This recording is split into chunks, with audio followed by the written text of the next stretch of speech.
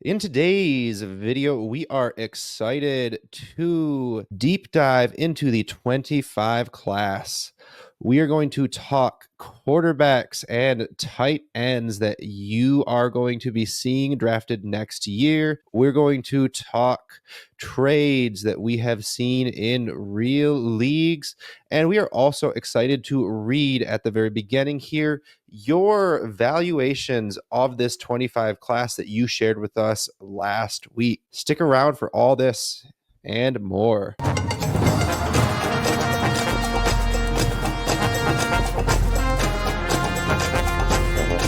And welcome to the Dino Construction Podcast. For those of you who are subscribed and following us, you will notice that we have all three of us here today. Yay! Excited for that. It's good to be back with all of you two here. Today, we are going deep into this 25 class. We are going to talk QBs. We are going to talk tight ends. And of course, we will talk about some trades in actual leagues.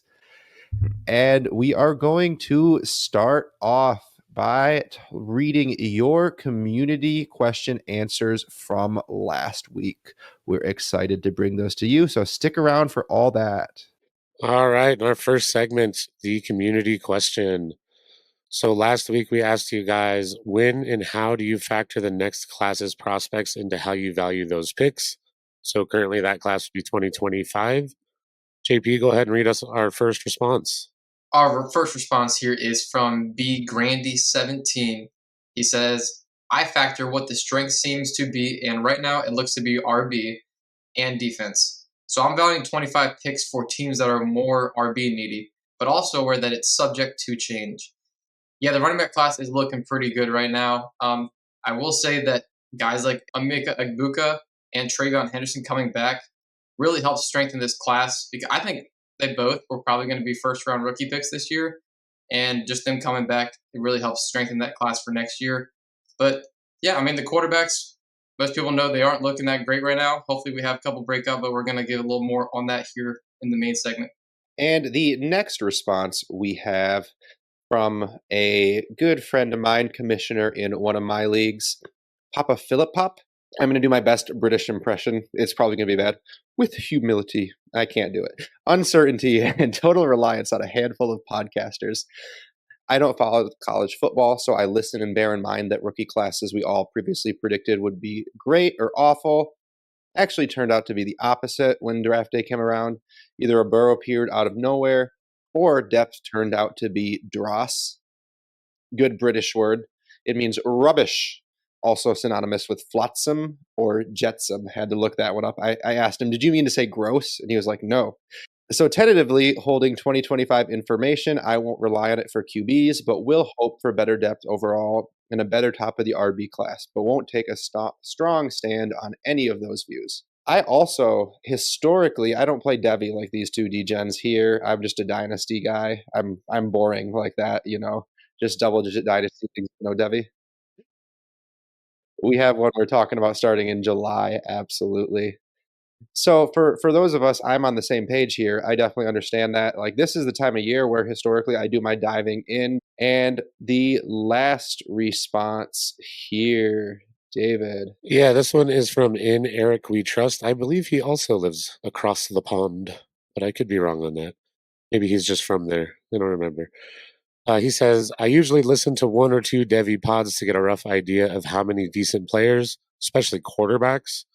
However, it's very difficult to predict, so I embrace the random nature of it and value future picks quite high regardless.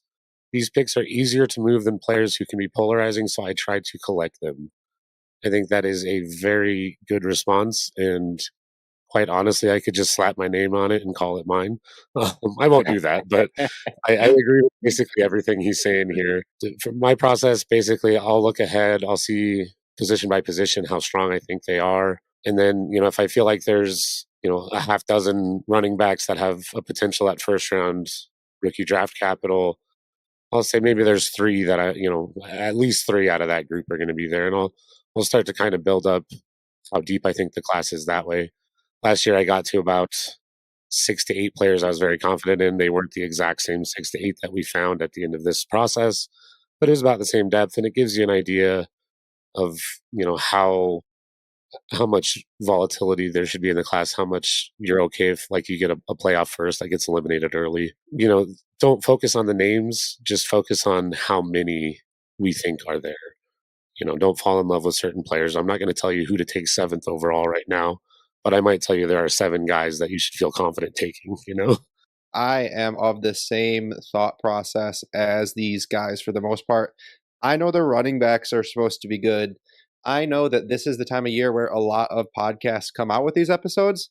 And this is the time of year where I start to research this myself. I listen to a bunch of other content, people who do the heavy lifting, the hard research that David and JP did for this episode here. Appreciate you guys. It's nice to just sit back and interview today. I'm happy.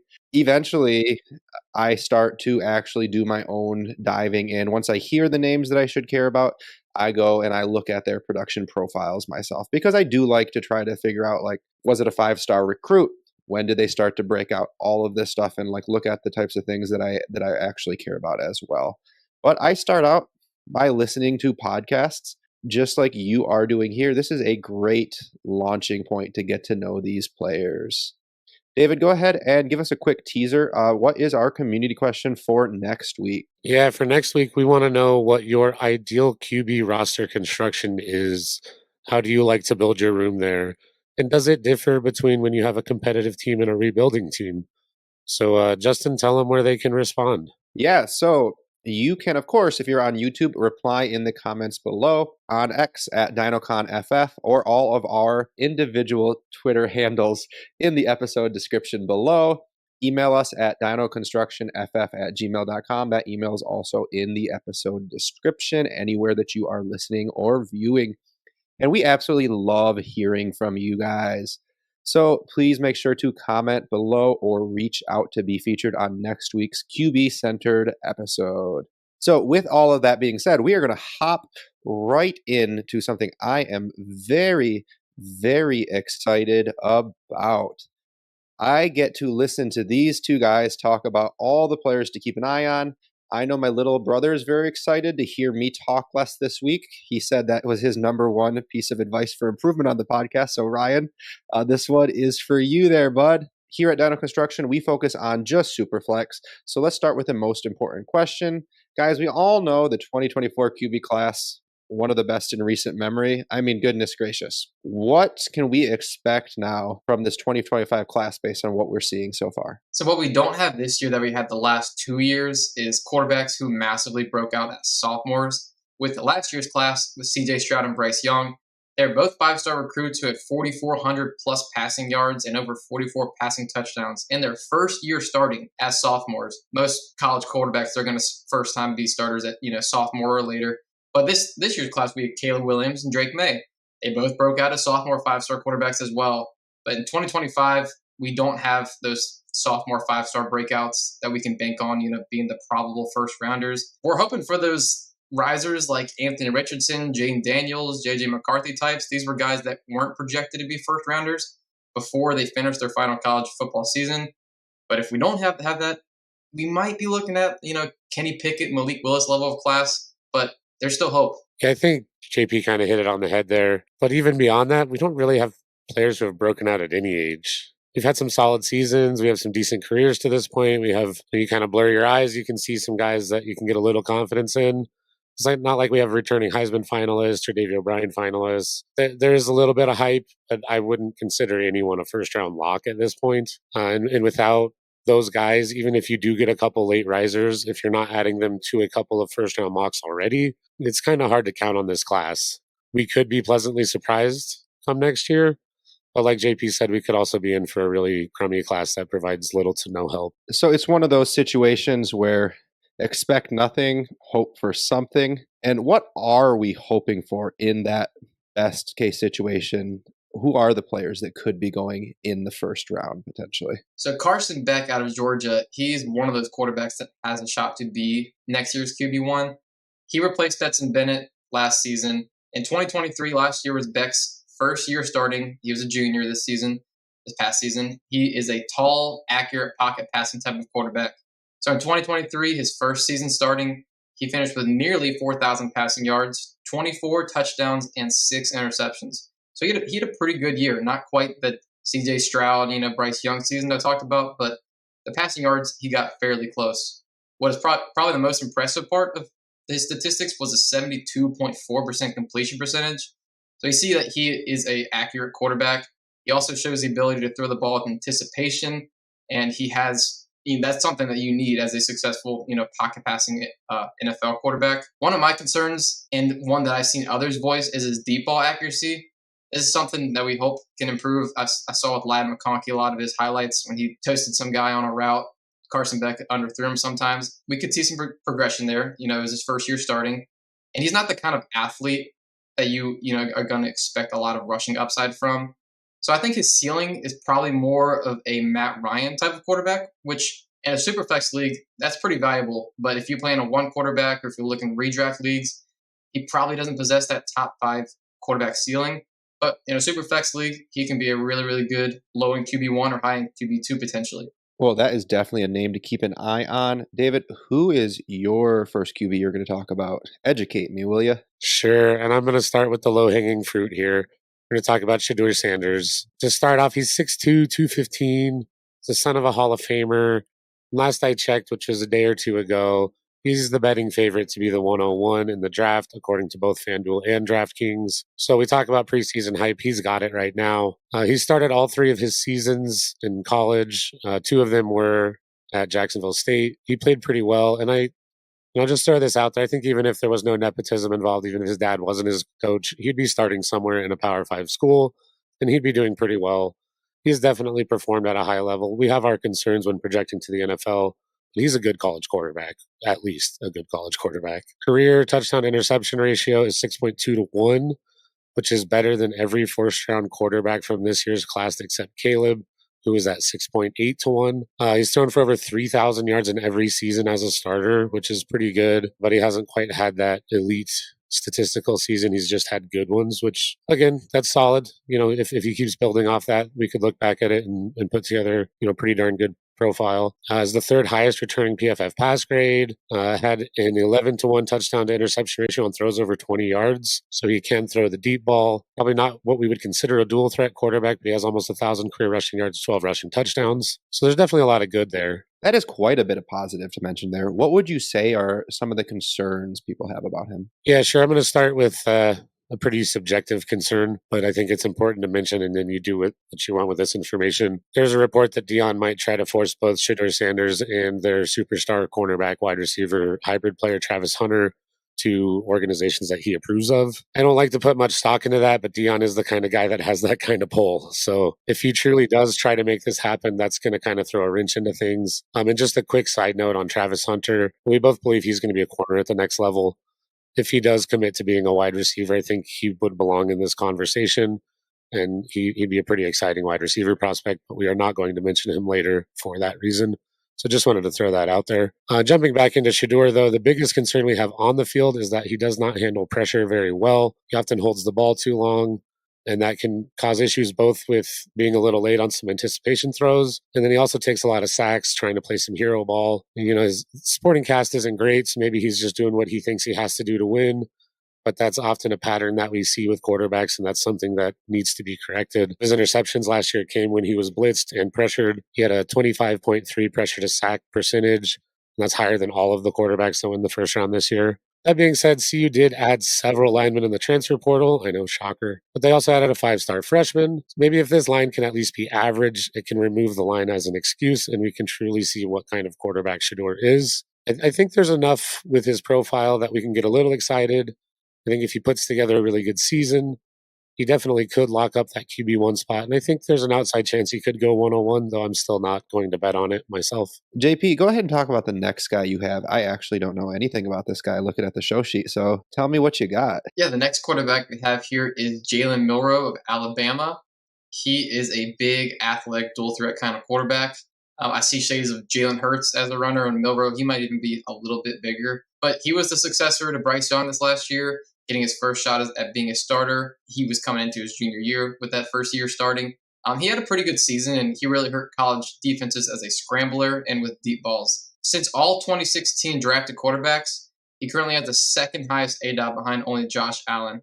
There are a lot of intriguing things to his profile, but there's also some major red flags as well. The 2016 drafted quarterbacks, Milroe has the highest pressure to sack rate at 31.3, which we just said Shadeur at 25 was a concern. It's 31% for Milroe.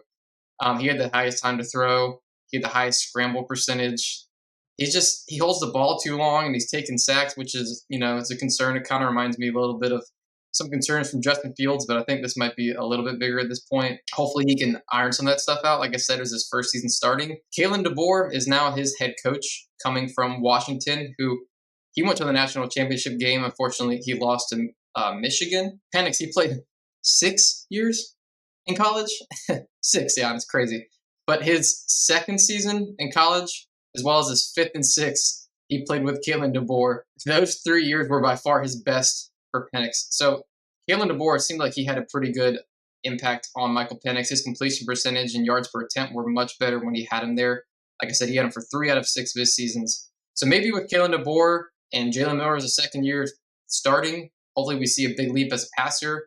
And I think he'll need to, because you just can't hold the ball that long, take sacks and be successful in the NFL. But if he does get into that first round conversation and has a commitment from a team, if he's starting, he's probably good for fantasy, like we saw with Justin Fields. He didn't last long, but when he was on the field, he was still good for fantasy. So I think that's kind of the quarterback we're looking at here with Jalen Milroe. If he has the highest pressure to sack rate since 2016, that has to be worse than Justin Fields. So that is not necessarily a great sign. We're going to be keeping an eye on that one as well. Obviously, the SEC is some pretty tough competition.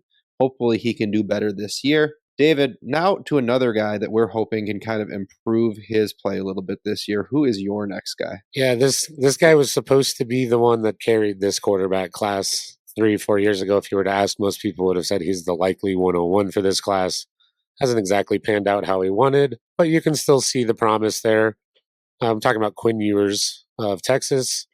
He is technically going into his fourth collegiate season, but he enrolled a year early at Ohio State to capitalize on some NIL deals. So he is the same age as most first-time eligible draft prospects. He's one of 6 players to receive a perfect 1.000 recruiting grade from 247 since 2000. And I think it was either the second or third quarterback. Most of these guys turned out to be decent, but recruiting grades going from high school to college don't exactly translate to NFL success necessarily. His 2 seasons at Texas have been a little underwhelming. Combined 5,656 passing yards, 37 touchdowns, 12 interceptions, and a 64.3 completion percentage and 8.2 yards per attempt. So not awful, but when we're talking about potential first-round quarterbacks, that's not the best for 2 seasons. That being said, he did show some growth between his first season as a starter at Texas and last year. Turnover-worthy play percentage dropped from 4.3 to 1.9. Completion percentage rose from 56.2 to 69.2. Touchdown to interception went from 2.7 to 1 to 3.4 to 1. Yards per attempt went up from 7.2 to 8.8. But he still only threw for 2,690 yards and 17 touchdowns. And as you probably know, he did have Xavier Worthy, A.D. Mitchell, J.T. Sanders as his pass catchers, Jonathan Brooks in the backfield most of the year. So you'd like to see a little bit more. But we do like to see the improvement from year 1 to year 2. If we can get another improvement from year 2 to year 3, I think we could be looking at something pretty good. We have accuracy concerns, especially on the deep ball. He has shown at times that he can be very accurate, and when he's on, it looks great, but the consistency is just not quite there yet. He needs to take that step forward again for us to feel comfortable with him next year. I remember hearing quite a bit about that during all of the players' evaluations during the season. People watching A.D. Mitchell, Xavier Worthy, JP brought this up in our Polarizing Prospects episode of the QB play for those guys. There was a lot lacking. You hear all of the people who watched film saying a lot of uncatchable balls. So hopefully we see some marked improvement. Absolutely, David. He had a 33.3% completion percentage on throws over 20 yards. That would have been last place among the 6 first-rounders this year by a wide margin. Penix was the lowest in this year's class of the first-rounders with a 42.4% completion percentage, so almost 10% higher. That being said, with Quinn, the arm talent is real. He's still young. He's like 6'2", 200, so he needs to put on a little weight, but the frame is there. If he can put together another good season, another year of growth, if these, Texas is replacing their weapons, but we believe some of them are pretty good. I believe we're going to talk about at least one here later on in the show. I think he has a chance to become a quarterback in the first round for this year's class. I also think he has a chance to lose his job, though. Arch Manning is right on his heels, so he needs to come out and start strong. And if he does that, then we could be talking about him as a first rounder next year. Hopefully, we can see them improve on all those weaknesses that you guys hear. Love to hear the positives. Hoping that those positives can grow. We love first round quarterbacks. Now let's talk about some guys that we don't necessarily see as first round. They're not discussed as much as a first round quarterback potentially, but that we think could work their way out there. Dark horse or sleeper guys. Yeah, and now that we're out of the bigger names, I'll be a little quicker with this, but I want to talk a little bit about Riley Leonard here. He has the size, the arm strength, the athleticism that you want in a franchise quarterback. There's that stupid thing, if anybody doesn't know, college football, they subtract sacks from your rushing totals. I don't know why. It's silly. So it's hard to see what the rushing number is for quarterbacks sometimes. But even after subtracting sacks from his rushing totals, he had 700 rushing yards and 13 rushing touchdowns in his first year starting as a sophomore with just under 3,000 passing yards. So after that sophomore season, he was looking pretty interesting. But last year as a junior, his season ended early due to injury, unfortunately. He started off a little bit slow before that too. But Nate Tice, he came out with his 2025 preview, and his QB1 was Riley Leonard, which, that was surprising to me. I don't think that's the general sentiment around him. But what he said was, I'm tapping Leonard because of his size, traits, and natural accuracy. Leonard showed off accuracy and the ability to throw his players open on those plays, while also showing off solid feel in the pocket and the ability to mitigate sacks. And Riley Leonard, I also want to add in, he's coming from Duke. He transferred to Notre Dame. Sometimes Notre Dame doesn't have, or usually they don't have like gaudy passing numbers, but I do think that they're going to use his rushing ability a little bit more. And they actually have some pretty solid weapons there at Notre Dame this year. So hopefully we can see him have a healthy and stronger season into his third season starting. And David, who do you want to take a dart on? I see what you did there. Yeah, I'll be honest. If I had to bet on someone to go, I don't want to say he's unknown because if you follow college football, if you play Devy, if you just scout ahead like we do, you're familiar with the name Jaxon Dart, I assume, quarterback at Ole Miss. But I don't think he's on many players or on many people's like top 5 quarterbacks list going into this year. I think he could definitely get his name up there into that top 10 conversation if he has a good year this year. He's 6'2", 220. He'll be entering his 4th season, but he'll still be 21 come draft day next year. So he's got the size. He's still pretty young. He was the Utah Gatorade Football Player of the Year senior year of high school, and also a 2-time All-State third baseman. Like to see those things when you're dominating at high school. That's typically good. Last year, he threw for 3,364 yards, 23 touchdowns, and 5 interceptions, and had a PFF grade of 89.9. He also has 143 rushing attempts for 1,170 yards or 75 yards and 7 touchdowns on the ground over the last 2 years. So again, not exactly dual threat, but also kind of bordering on the numbers that we could absolutely call him a dual threat quarterback. And on top of that, he's got a lot of returning talent. His offense should be pretty good. He's got wide receiver Trey Harris, who had 54 receptions, 985 yards, 8 touchdowns last year. A lot of those numbers rank up there as returning SEC players. I think the yardage might have even been second for returning SEC players, but more on him later. They also added in the transfer portal from South Carolina, Antoine Juice Wells. He had 68 catches, 965 yards, and 6 touchdowns in 22. Missed most of the season in 23. Dart has the size. He's young. He's athletic. They've got some real talent at that offense. If he can put together a big 2024 season, I think he has a chance to be a big riser in this process. All right. I had not heard those names before, but interesting to hear on those guys. I'll be keeping an eye on them throughout the college football season. We are going to transition to the tight ends. I have heard literally nothing about the tight ends at this point. So give me a real quick Spark Notes. Just on the class in general, I would say that it's not good enough for me to care about yet. Tight ends are hard to evaluate. If it's not a Brock Bowers kind of guy, I'm just a wait and see. Once we get to next season in the draft process, we'll know a lot more. Okay, so no Brock Bowers, no Kyle Pitts. A couple of years ago, there was no Brock Bowers, no Kyle Pitts, and we still had a lot of guys come up. So give me names of the guys that we should at least be watching. Not saying it's going to be a Sam Laporta or a Dalton Kincaid, but who do we care about? Now, I think the guy that Dave's going to talk about is probably the favorite to be the tight end one, but the guy that I wanted to talk about here is Luke Lachey. He was a good prospect coming out of high school. He was a three-sport athlete. He's an Iowa tight end, so everybody's going to love that, just like the Ohio State wide receivers. But with that three-sport athlete background, he played basketball. He ran track as well. He won state medals in the high jump and the 4x400, showing his speed and explosive jumping. He did this as a bigger guy too. I mean, he's a tight end, and these are track athletes that he's going up against. But he used that vertical ability in his basketball game as well. You can see his ball skills transfer over from playing basketball as well. Here we go, Justin. His father is a former All-Pro offensive tackle as well, so he's got that bloodline in in his game as well. I mean, but JP, the thing is, basketball can't kick field goals, and I'm more like when they played a fantasy football skill position is more what I care about. So you're just not hitting the right boxes for me here.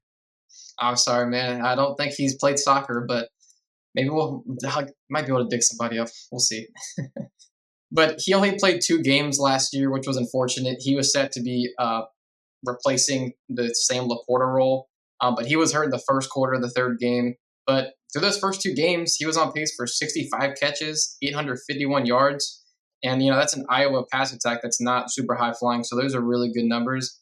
Now, I'm not like 100% confident he's going to be a tight end 2 necessarily, but after the tight end 1, I mean, it's pretty wide open. There's some other names that we'll touch on. There's some Georgia tight ends. There's also Mitchell Evans of Notre Dame. But I just want to talk about the Iowa tight end here who looked like he has shown some flashes with some athletic ability as well. I mean, it's like Ohio State for wide receivers. When in doubt, give them the benefit of the doubt. For the first time in this show sheet, I have to talk about that team up north.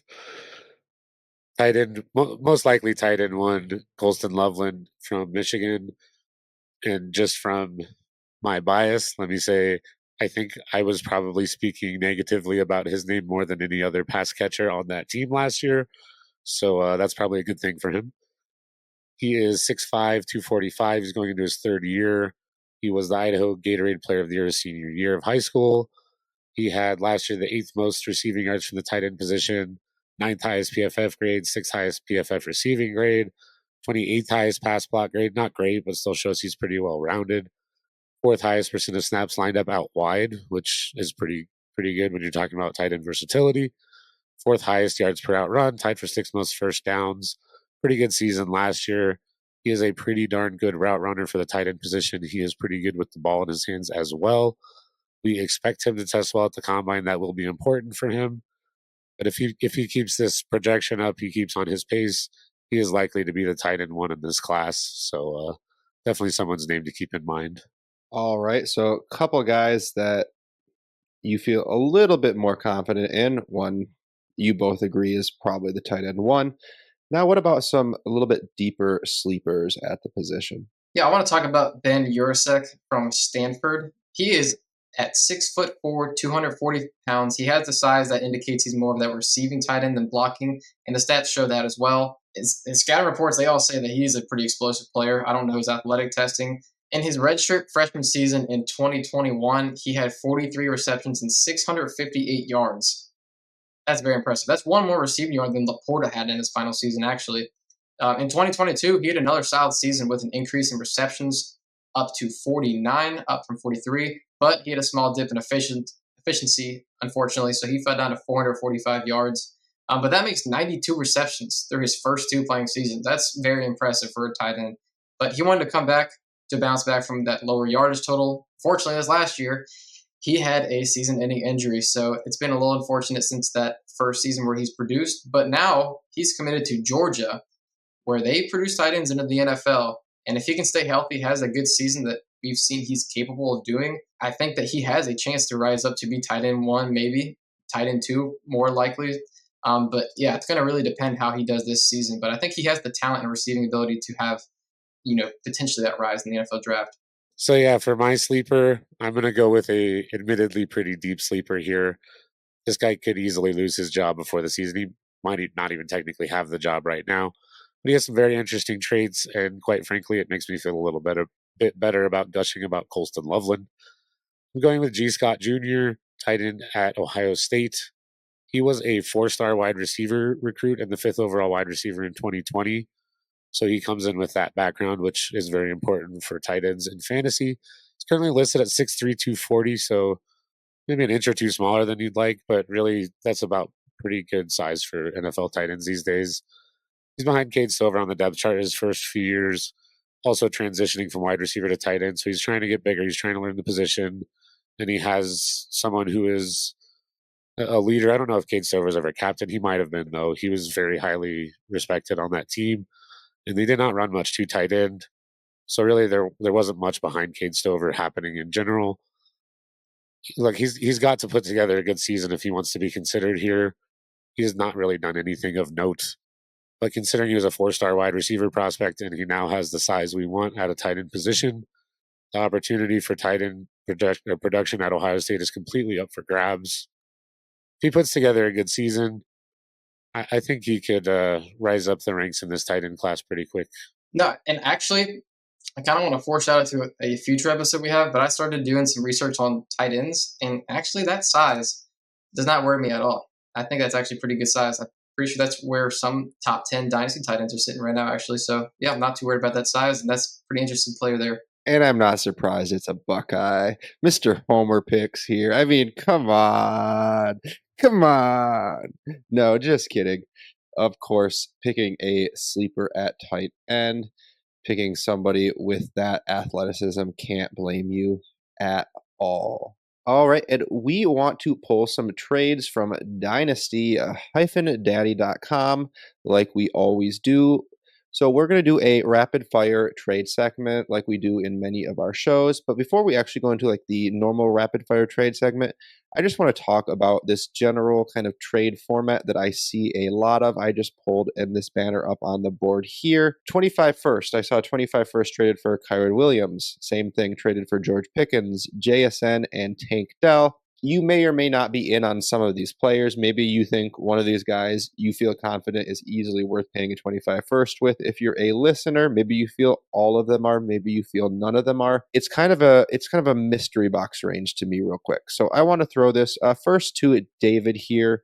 How do you feel about this general process of trading a 25 first for kind of just players in sort of maybe a little bit more of an unknown range? Yes, I'm getting all 4 for the first, or I'm just kidding. I'm just I would kidding. take that. Yeah. You know what? It's what, May, when this is coming out, May 19th or something like that. There's no reason to be doing this trade right now. None of these guys are players that you wouldn't be able to get, or similar players you can get for this 25 first later. I need more insulation if I'm acquiring a player for my 25 first right now. If I'm competing, I want to hang on to it till probably mid-season. I want to make sure that I'm competing. I want to make sure that my roster is what I think it is. More than that, I want to make sure I'm filling the hole that I actually need to fill. You may think that you need a wide receiver, so you may make this trade for Pickens, Jaxon Dart, whatever, and then you may find out midseason, oh man, I really need a running back right now, or my tight end one got injured and I need to replace that production. But you've already spent your biggest chip to do it, so there's no reason to make that trade right now, in my opinion. Trades like this are always going to be on the table, so I would advise waiting until you have more information about your team. And obviously, if you're not competing, don't do this at all. Now, also, those players in that range, like some of them like Tank Dell and JSN, if I'm trading away my first, in a competing roster, I mean, how much are those guys going to be banking? How much production am I able to bank on Tank Dell and JSN right now? I don't really know how much that makes sense. Like, okay, I can understand maybe the Kyren Williams side, but there's still some questions there. Like you said, David, just hold on to it.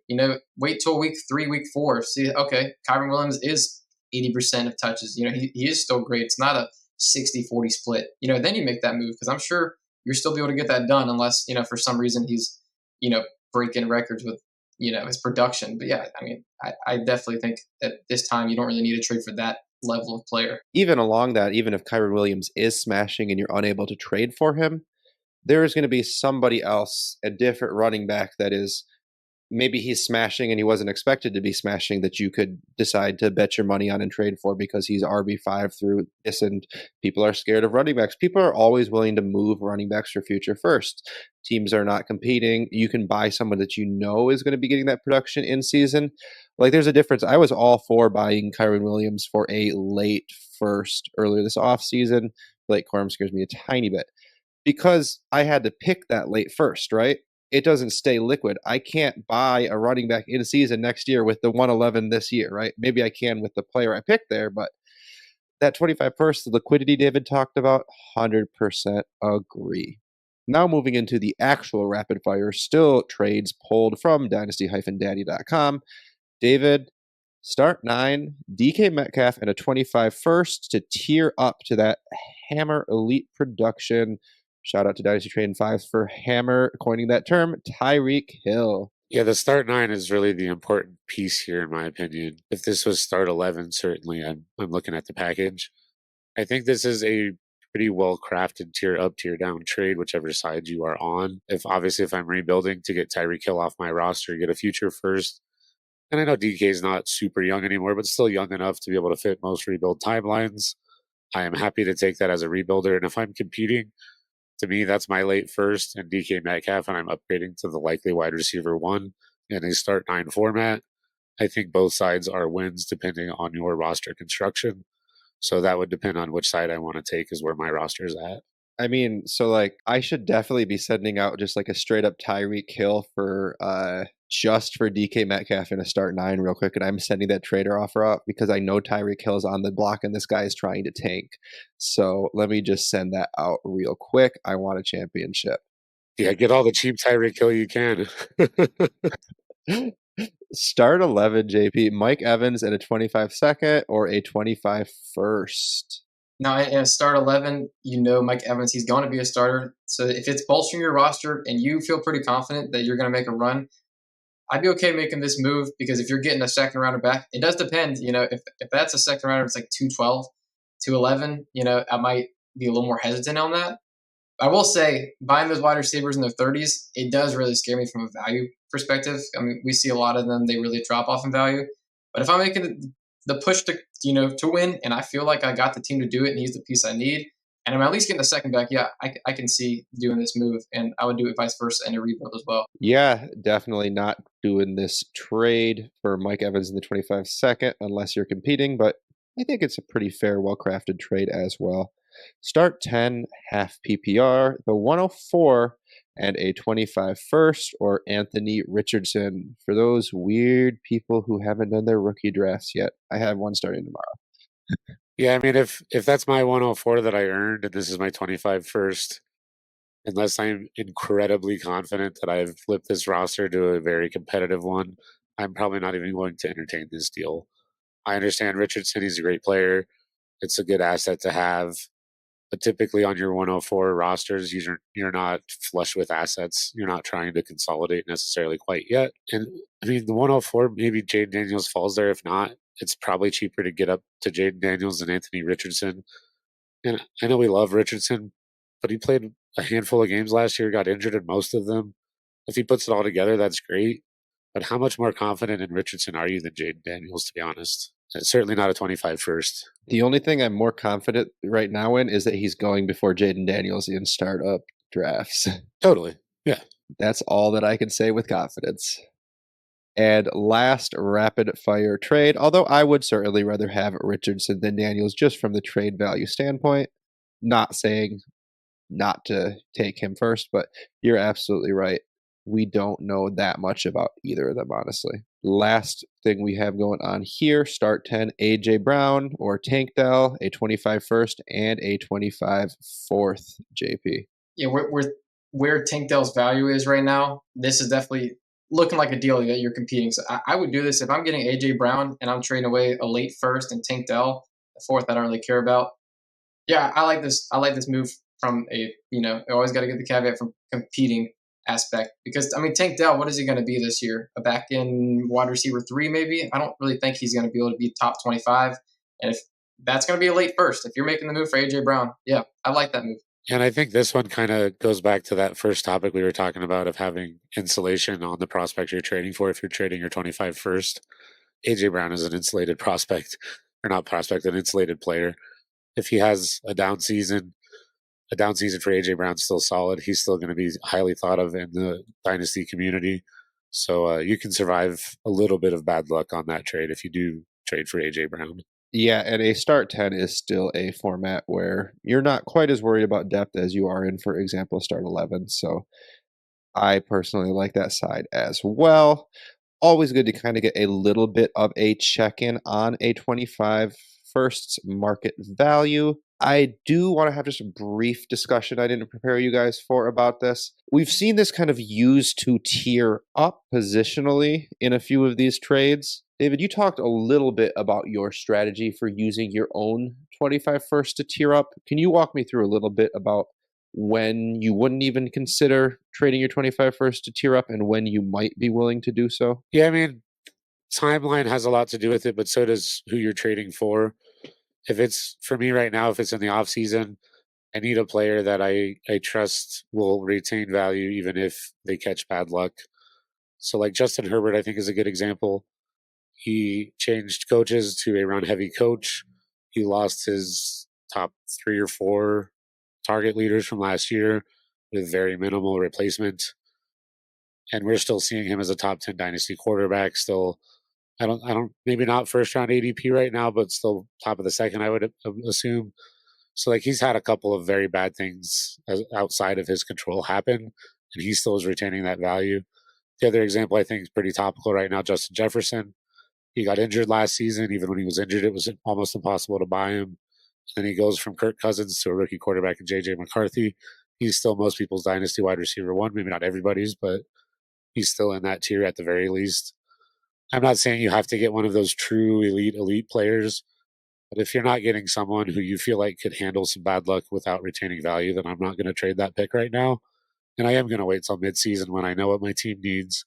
I know that I'm a contender, and that even if I don't win it all, this move makes sense for my team and it gives me the best chance to win it all. And JP, I am curious with you, how hesitant are you to move your 25 first in a tier up? Yeah, kind of building off of what David said. Yeah, it's got to be for a proven player that is really going to make a difference on my team.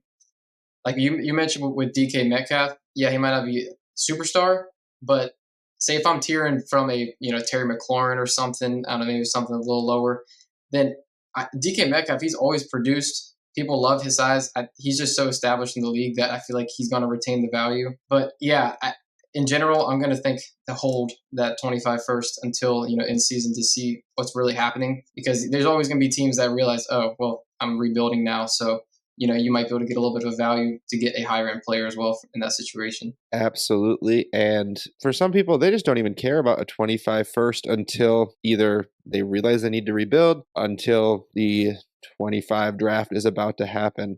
So it's just an asset that's really just going to appreciate in value between now and later. Sure, veterans are less valuable now. For some people, right? But we're already kind of also transitioning to that point where people are thinking about setting rosters. So some of the veteran discount for the offseason has already even kind of stopped in some of our leagues now, because people are like, oh, wait, I need running backs now, even though, no, you don't for 5 months.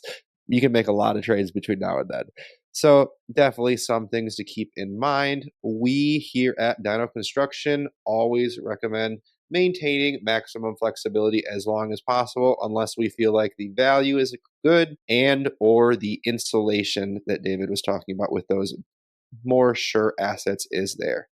Make sure to tune in for our other episode where we are going to talk about the running backs and wide receivers in the next year's draft class as well. We hope you found this as useful for you as it was for us. We want to say from all of us here at the Dino Construction Podcast, thank you so much for tuning in.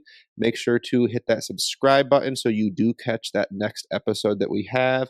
Go ahead and like wherever you view as well. And from all of us here at Dino Construction, until next time.